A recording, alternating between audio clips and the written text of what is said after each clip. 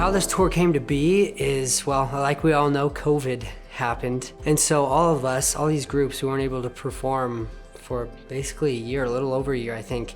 And so a lot of people came together to come up with this plan to put together this virtual world tour. So we're performing at all of these crazy different times for every time zone across the world. If we had gone on tour, we would have gone on tour on our own. But to spend time with young ambassadors, Vocal Point, living legends in the Ballroom company, it was really a wonderful experience. I get to know those dancers and make those connections that'll carry throughout my life. The show's given me something that I've never really experienced before. Prior to Living Legends, I've never danced.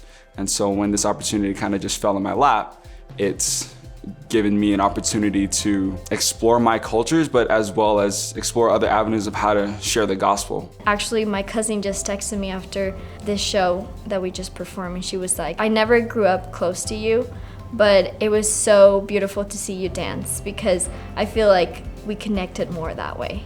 And that's like what dance is. Like, it helps us connect with people. And it's kind of incredible to see that even with technology, we can still gain those same connections with people around the world. And I think that's incredible.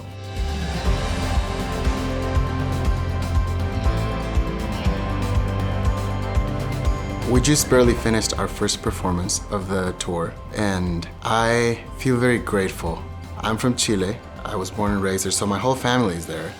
And they were going to come to see us perform, but because of this pandemic, they couldn't travel. And since then, they haven't been able to come to a concert. So this was their opportunity to see an actual show of this group. So I thought, just like I am able to communicate through music, this uplifting message with my family, I feel grateful for having this opportunity to reach out to people all over the world. And for everybody who works in this tour, like the tech crew and on the stage that do things that we don't see. When I first arrived at the dorms where we're staying, I noticed I forgot to bring a blanket.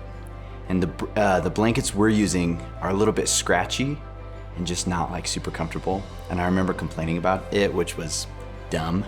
And the next day we participated in a service project where we were literally making these mats out of plastic bags. It just helped me open my eyes a little bit, gain some fresh perspective, and put myself in someone else's shoes. Before the show, we always have a devotional which includes a prayer, spiritual thought, and just in our cheer. And to understand that we are dancing for those who cannot dance, meaning those who physically can't dance, those who have passed on, and just being able to share that message and to know that we are dancing with more than just who's in our group, but who is behind us. Living Legends, what are we gonna do?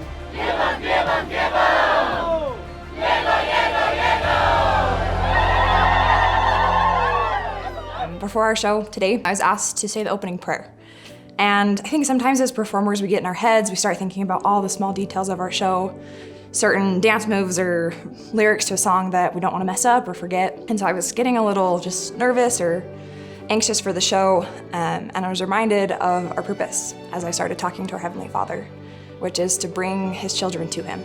And that mindset got me immediately where I needed to be for our show. The idea that I don't perform for myself, I don't perform for how I execute dance moves or how I sing. It's to bring light to those in the audience and who are viewing. And that was just the reminder that I needed today.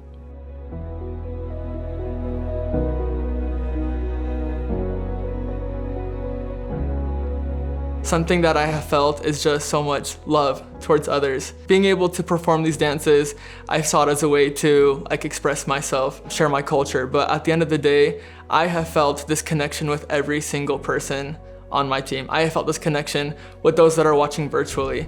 It's almost as if I'm feeling that brother-sister connection as sons and daughters of God, and that has really, really stood out to me during this tour, and that is not something that I expected, but that I'm really, really happy that has happened.